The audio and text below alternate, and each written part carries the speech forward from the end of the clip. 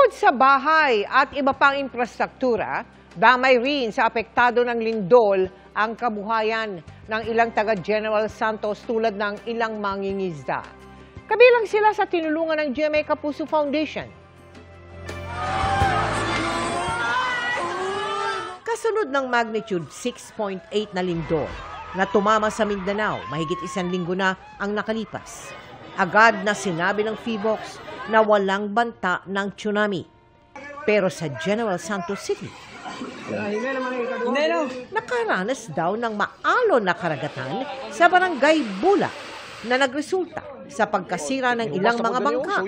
Kabilang sa naapektuhan ang asawa ng mangingisda na si Jocelyn.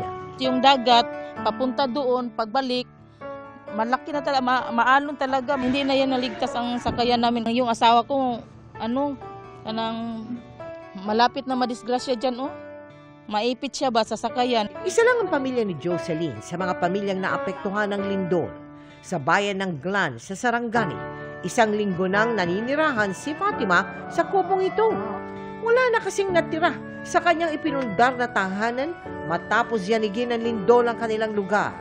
Katapon ko na nagpagulong-gulong na. Umunang bahay ko hindi pa na pagkatapos ng lindol, pero pagkita ko ganun-ganun pang bahay. Pagkatapos sabi ko, hala, basta ka na-bar down yung bahay ko. Kaya naman naghatid ang GMA Kapuso Foundation ng tulong at nagsagawa ng feeding program para sa mga napuruhan ng lindol sa Glan at Malapatan ni Sarangani Province. Katuwang ang Task Force Gensan, tinulungan din natin ang mga mangingisdang natigil ang hanap buhay dahil sa lindol.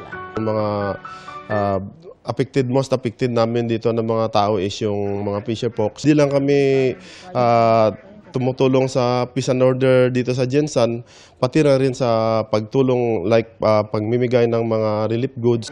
Sa mga nais na makiisa sa aming mga proyekto, maaari po kayong magdeposito sa aming mga bank account o magpadala sa Cebuana Luwelier. Pwede ring online via GCash, Shopee at Lazada. Mga kapuso, kasama nyo kami 24 oras. Mag-subscribe sa GMA Integrated News sa YouTube. Sa mga kapuso abroad, bisitahin ang GMA Pinoy TV at www.gmanews.tv.